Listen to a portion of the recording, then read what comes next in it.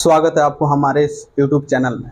आज की इस वीडियो में हम देखने वाले हैं संविधान के बारे में, भारत के संविधान के बारे में, जिसमें हम सबसे पहले देखेंगे संविधान शब्द का अर्थ क्या होता है, संविधान के परिभाषा क्या होते हैं तथा संविधान के क्या क्या कार्य होते हैं। और इसके साथ ही हम देखेंगे आज के इस वीडियो में संविधान का वर्गीकरण किस आधार पर कितने भागों में किया गया है। तो सबसे पहले हम बात कर लेते हैं संविधान शब्द के अर्थ के बारे में।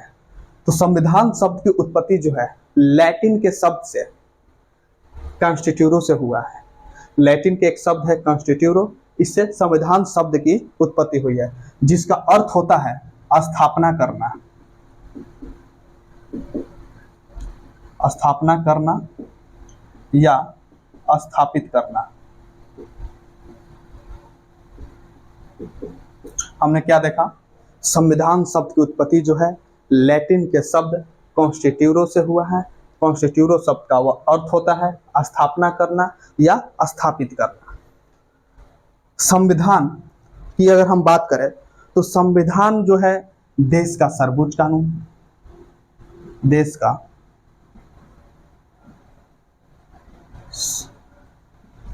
सर्वोच्च कानून, देश के नियम, देश का नियम, सरकार के साधन, सरकार के साधन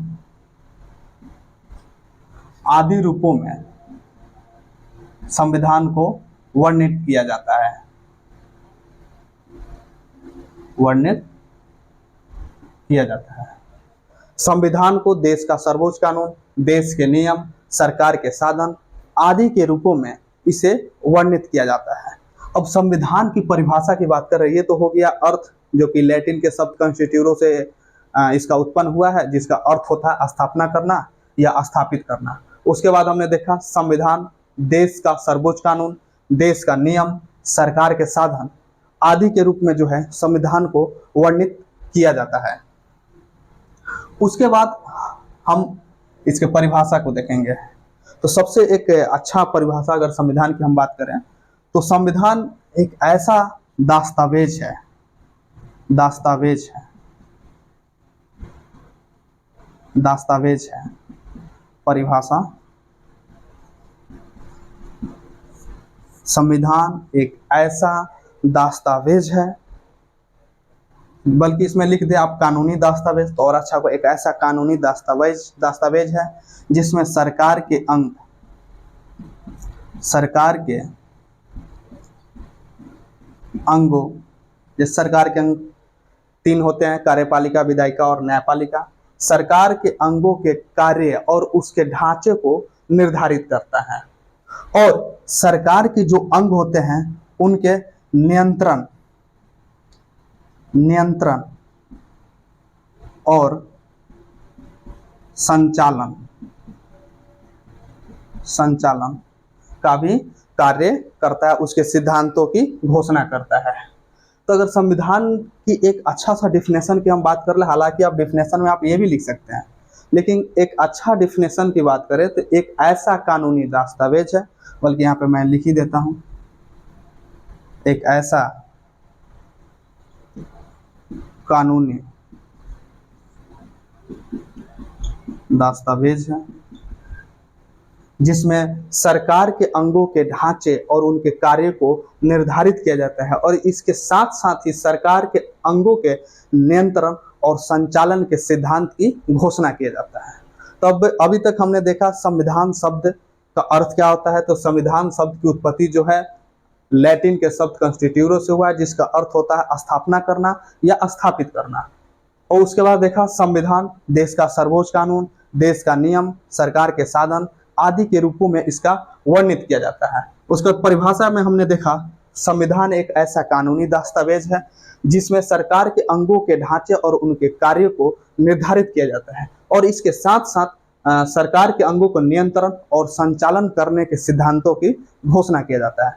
अब अगर कोई आपसे पूछे संविधान की परिभाषा क्या है तो आप क्या जवाब देंगे? सीधा सीधा शब्दों में जवाब देंगे, एक ऐसा कानूनी दस्तावेज है जिसमें सरकार के अंगों के ढांचे और उनके कार्यों को निर्धारित किया जाता है और सरकार के अंगों के संचालन और नियंत्रण के सिद्धांतों की उसमें घोषणा किया जाता है।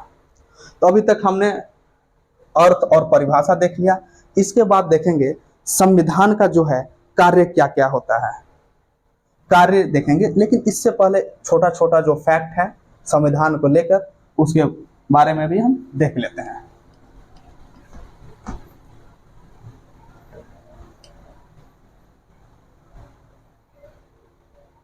जैसे कि संविधान को निर्माण करने में कुल समय की बात किया जाए, भारत के संविधान का कुल समय, तो इसमें समय लगे थे आपको 2 साल, 2 साल 11 महीना और 18 दिन। संविधान, भारत के संविधान को निर्माण करने में कुल कितने समय लगे थे? 2 साल 11 महीना और 18 दिन। और इस बीच में टोटल जो है बैठक, संविधान सभा की बैठक 11 बैठक हुआ। कितना बैठक हुआ था? 11 बैठक। अब भाई इतना टाइम संविधान को निर्माण करने में क्यों लग गया? तो इसका जवाब है संविधान जो है हमारे भारत का किसी एक देश के संविधान को पढ़ के नहीं बनाया गया है, बल्कि 60 देशों का संविधान।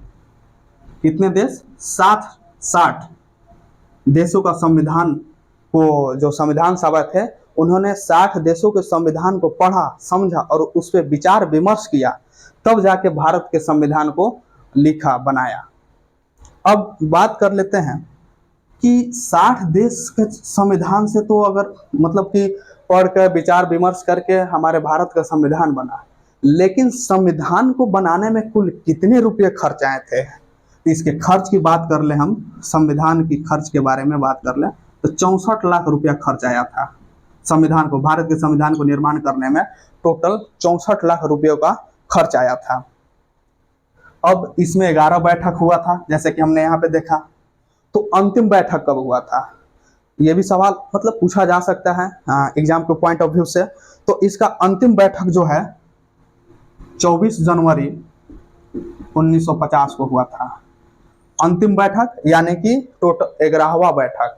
संविधान सभा टोटल 11 बैठक किए थे 2 साल 11 महीना और 18 दिनों में, जिसमें अंतिम बैठक जो है 24 जनवरी 1950 को करते हैं अंतिम बैठक। उसके बाद जैसे कि आप सभी को पता है ही कि 26 जनवरी 1950 को संविधान जो है लागू हो जाता है। 26 जनवरी 1950 को संविधान क्या हो जाता है?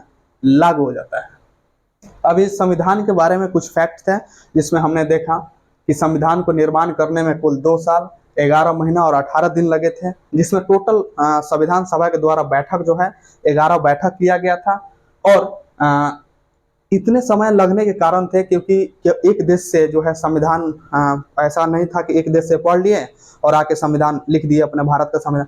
टोटल 60 देशों का संविधान को पढ़कर उस पर विचार विमर्श करके तब जाके हमारे भारत का संविधान लिखा गया था। और संविधान को निर्माण करने में टोटल 64 लाख रुपये खर्च आया था। इसके बाद हमने देखा कि इसका अंतिम बैठक जो है 24 जनवरी 1950 को हुआ था और 26 जनवरी 1950 को संविधान लागू हो गया था। अब हम आगे देखेंगे कि कार्य क्या है, संविधान के कार्य क्या है। अगर संविधान के कार्य की बात कर लें, अभी देखते हैं।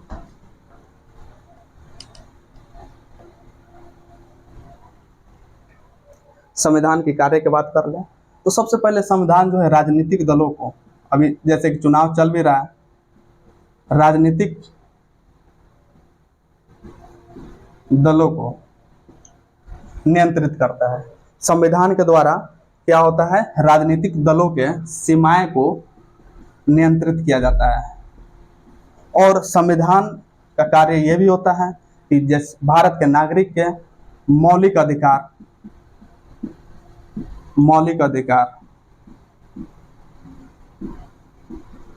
और उनके कर्तव्यों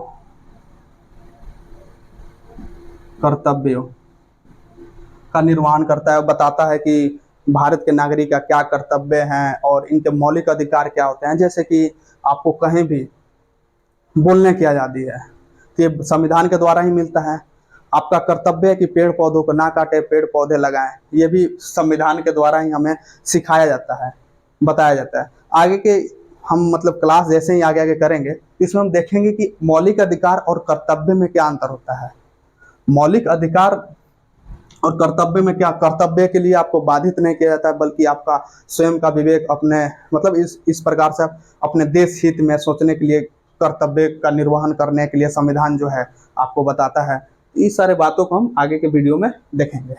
और संविधान का तीसरा कार्य क्या है? संविधान का कार्य होता है सरकार के अंगों, सरकार के अंग, सरकार के अंग, कार्यपालिका, विधायिका और न्यायपालिका, इसके शक्तियों का किस प्रकार से पृथक्करण करना है, विभाजन करना है, इन सारे बातों को जो है संविधान के द्वारा ही हमें प्राप्त होता है और इस संविधान के ही कार्य होते हैं। उसका चौथा कार्य होता है देश के विकास, देश के विकास, वो चाहे सामाजिक हो, आर्थिक हो,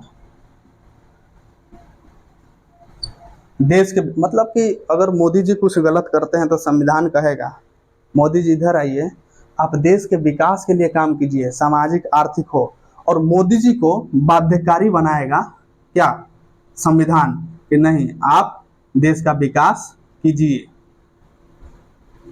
देश के विकास के बारे में जो है संविधान बात करता है, नहीं तो ऐसे तो अपने मनमानी कोई कुछ भी करने लगेगा।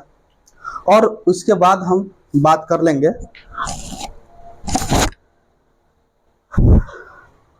संविधान का वर्गीकरण के बारे में।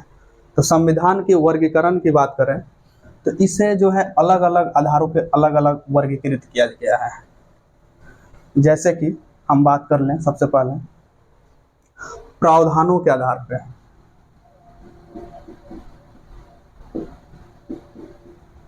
प्रावधानों के आधार पर संविधान को दो भागों में वर्गीकृत किया जाता है। पहला लिखित संविधान,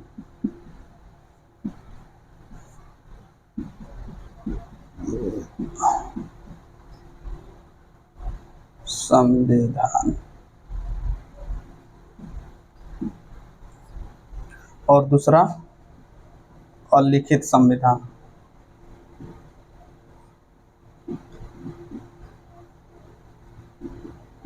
अब बात कर लेते हैं कि लिखित संविधान भाई क्या होता है। तो लिखित संविधान एक ऐसा संविधान है जिसमें देश के सारे प्रावधान एक पुस्तक की श्रृंखला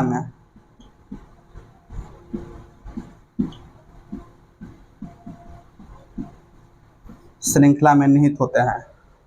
और अलिखित संविधान जो है इसमें पुस्तक की श्रृंखला में निहित या नहीं होता है। लिखित संविधान को हम संहिता बद्ध संविधान भी कहते हैं और लिखित संविधान को हम असंहिता बद्ध संविधान कहते हैं। और इसमें जो है लिखित संविधान में जो है जितने भी नियम कानून है एक पुस्तक में श्रृंखला के रूप में सजाया रहता है, सारा नियम कानून प्रावधान उसमें रहता है। लेकिन अलिखित संविधान में उस प्रकार के पुस्तक की कोई श्रृंखला नहीं होती है और यह जो है परंपराओं और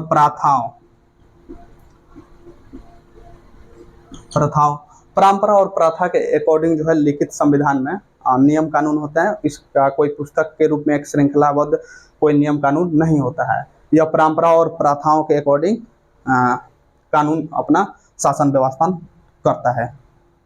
अगर इसमें लिखित संविधान के उदाहरण की बात कर लें, कौन कौन से देश आते हैं इसमें, सबसे पहले अपना ही ले लो भारत का संविधान।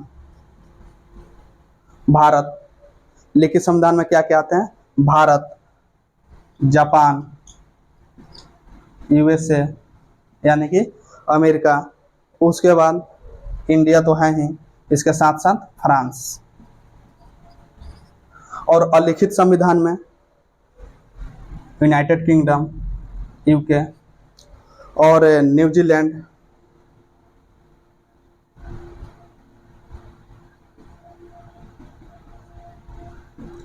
इजराइल,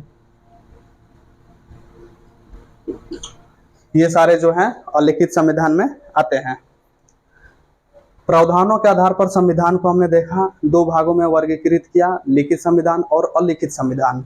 लिखित संविधान में पुस्तक की श्रृंखला के रूप में सारे प्रावधानों को निहित किया जाता है, इसे संहिताबद्ध संविधान भी कहते हैं। और इसमें लिखित संविधान के उदाहरण में हमने देखा भारत, जापान, यूएसए, फ्रांस, ये सारे जो हैं देश में लिखित संविधान लागू होते हैं। वहीं हमने देखा अलिखित संविधान में यह जो है पुस्तक की श्रृंखला के रूप में नहीं रहता है और यहाँ पे जो है नियम कानून जो होता है परंपराओं और प्रथाओं के अकॉर्डिंग चलता है और इसे असंहिताबद्ध संविधान भी कहा जाता है। उदाहरण में इसमें देखा यूनाइटेड किंगडम, न्यूजीलैंड और इजराइल। अगर आपसे अभी कोई पूछा जाए कि इंडिया में जो है लिखित संविधान है कि अलिखित संविधान, तो इसका जवाब क्या होना होगा? तो इंडिया में लिखित संविधान है, यूएसए में लिखित संविधान, फ्रांस में लिखित संविधान, जापान में लिखित संविधान, वहीं यूनाइटेड किंगडम में अलिखित संविधान, न्यूजीलैंड में अलिखित संविधान और इजराइल में अलिखित संविधान।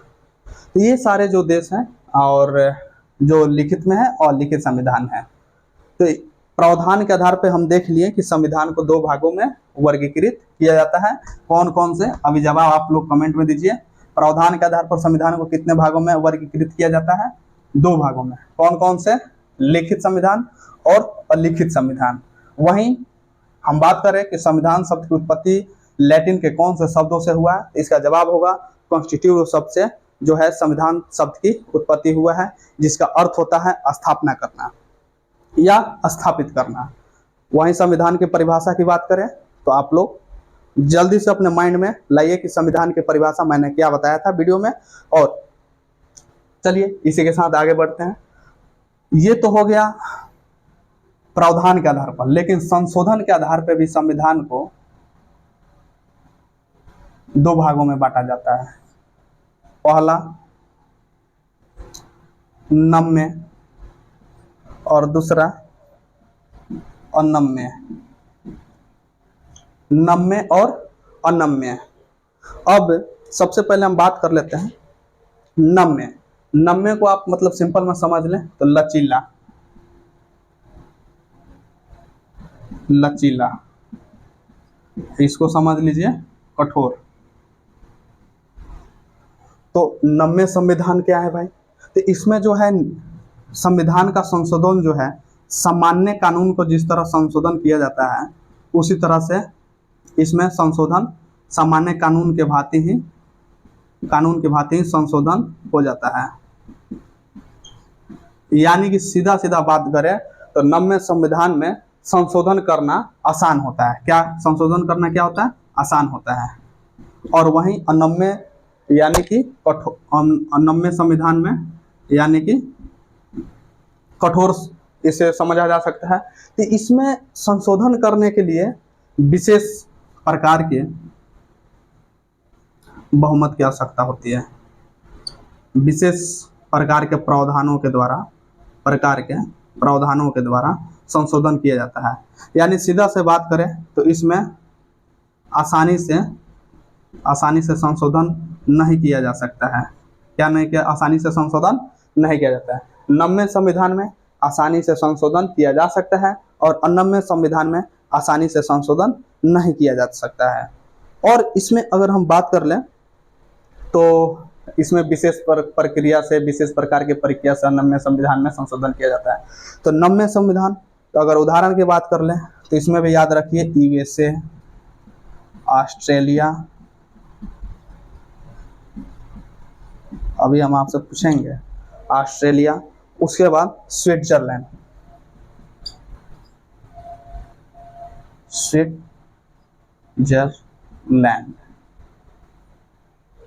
नम्य संविधान कौन कौन से ऐसे देश हैं जिसमें नम्य संविधान है?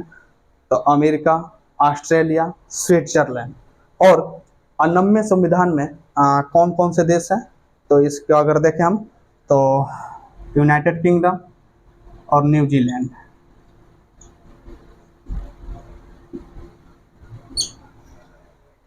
अब बताइए यूनाइटेड किंगडम नम्य संविधान कि अनम्य संविधान? अनम्य संविधान। और न्यूजीलैंड नम्य संविधान कि अनम्य संविधान? अनम्य संविधान। अमेरिका नम्य संविधान, ऑस्ट्रेलिया नम्य संविधान, स्विट्जरलैंड में कौन से संविधान है, नम्य संविधान या अनम्य संविधान? तो जवाब है नम्य संविधान। तो ये संशोधन के आधार पर संविधान को दो भागों में वर्गीकृत किया जाता है, जिसे हमने देखा। अब इसके बाद हम देखेंगे जो कि अब एक बात और, अब मन में सवाल आ रहा होगा कि वहां पे तो हमने लिखित अलिखित में देख लिया था कि भारत में जो है लिखित संविधान है, लेकिन यहाँ पे नम्य और अनम्य संविधान में भारत में नम्य संविधान को अपनाया गया है या अनम्य संविधान को अपनाया गया है?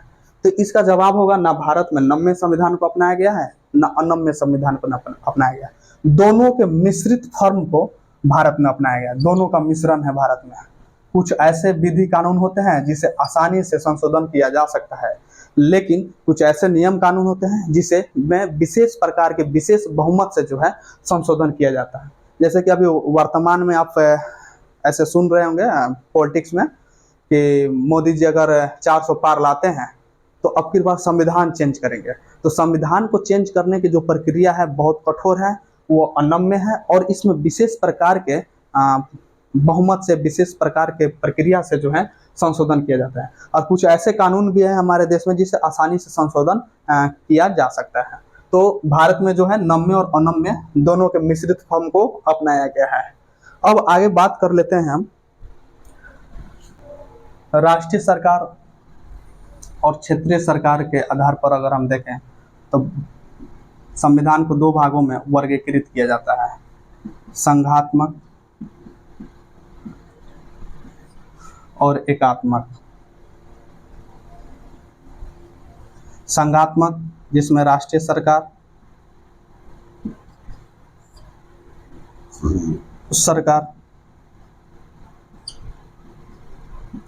क्षेत्रीय सरकार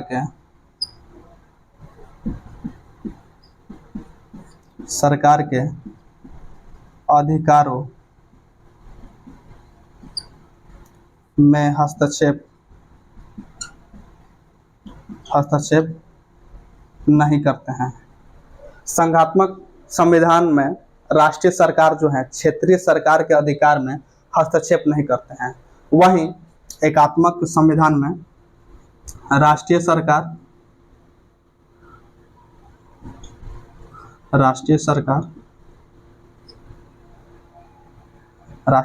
क्षेत्रीय सरकार को अपने अधीन रखते हैं।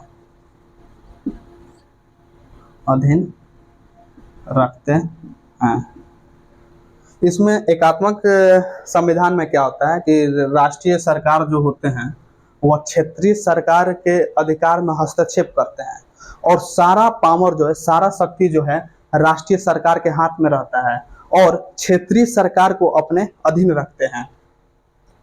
और यहाँ पे संघात्मक सरकार में ऐसा नहीं होता है, संघात्मक संविधान में ऐसा नहीं होता है। इसमें राष्ट्रीय सरकार क्षेत्रीय सरकार के अधिकारों में हस्तक्षेप नहीं करते हैं, दोनों स्वतंत्र रहते हैं अपने अपने अधिकार को लेकर।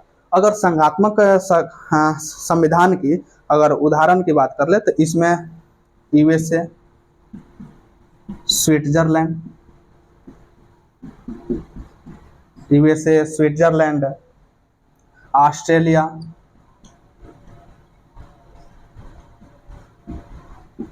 ऑस्ट्रेलिया और कनाडा,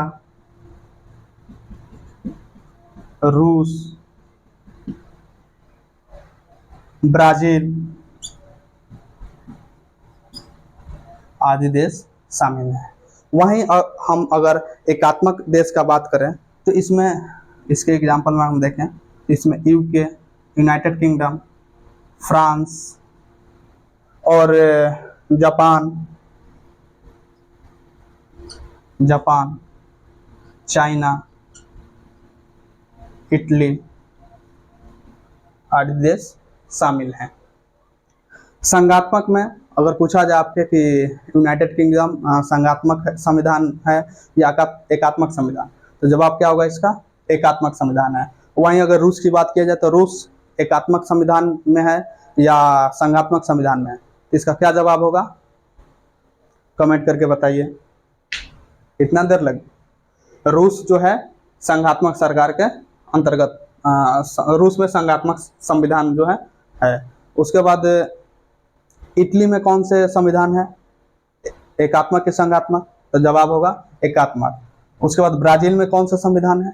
एकात्मक की संघात्मक, तो इसका जवाब होगा संघात्मक। इसी प्रकार से आप इसमें देख, अब ध्यान में आ रहा होगा कि यार सारा तो बात कर लिए, भारत में एकात्मक है कि संघात्मक है?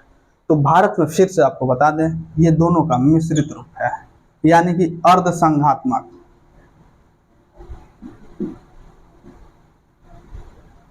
अर्ध संघात्मक भारत में, क्योंकि भारत में केंद्र सरकार और राज्य सरकार जो है एक दूसरे के अधिकार जो है अलग अलग है। थोड़ा बहुत ऐसे हैं जिसमें केंद्र सरकार जो है राज्य सरकार के कार्यों में हस्तक्षेप करते हैं, और इतना जरूरी भी है। और भारत के संविधान ऐसे ही जो है अर्धसंघात्मक संविधान पे चलता है। तो आज के इस वीडियो में हमने यही देखा कि संविधान का अर्थ क्या होता है, संविधान का परिभाषा क्या होता है, जिसका सारा जवाब आपके पास होगा। संविधान शब्द की उत्पत्ति जो है किस शब्द से हुआ है, संविधान का परिभाषा क्या है, संविधान का कार्य क्या होता है, और इसके वर्गीकरण के बारे में हमने देखा। तो ऐसे ही वीडियो देखने के लिए हमारे चैनल को लाइक, शेयर एंड सब्सक्राइब जरूर करें।